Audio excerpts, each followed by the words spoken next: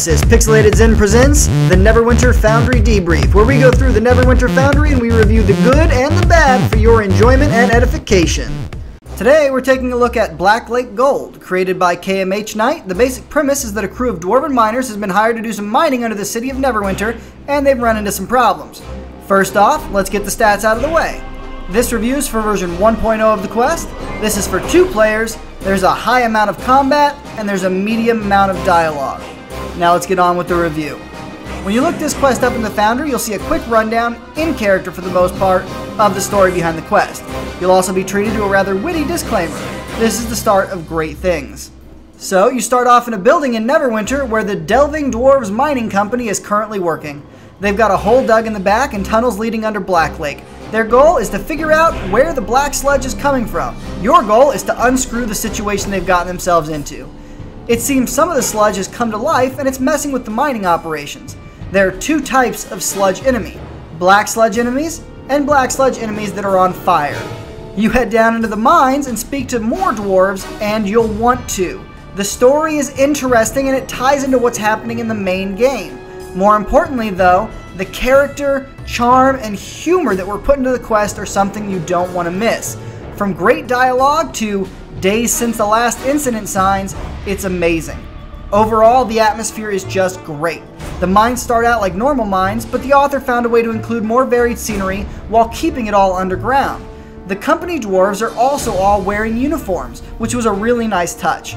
The animation syncing during speeches is also some of the best I've seen in the Foundry so far. The enemies are fun, even if they are just sludge. The burning enemies make them more interesting, and you'll end up fighting some goblins and a few other enemies that I won't spoil here.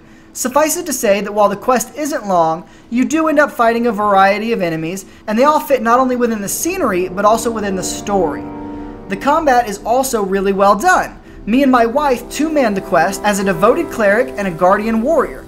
This probably made the fights a little easier than the author anticipated, but they were still fun and 1 or 2 were knuckle-biting. Not frustratingly difficult, mind you, but, and this is just a warning, the final boss has a knockback and you fight him near a river of lava.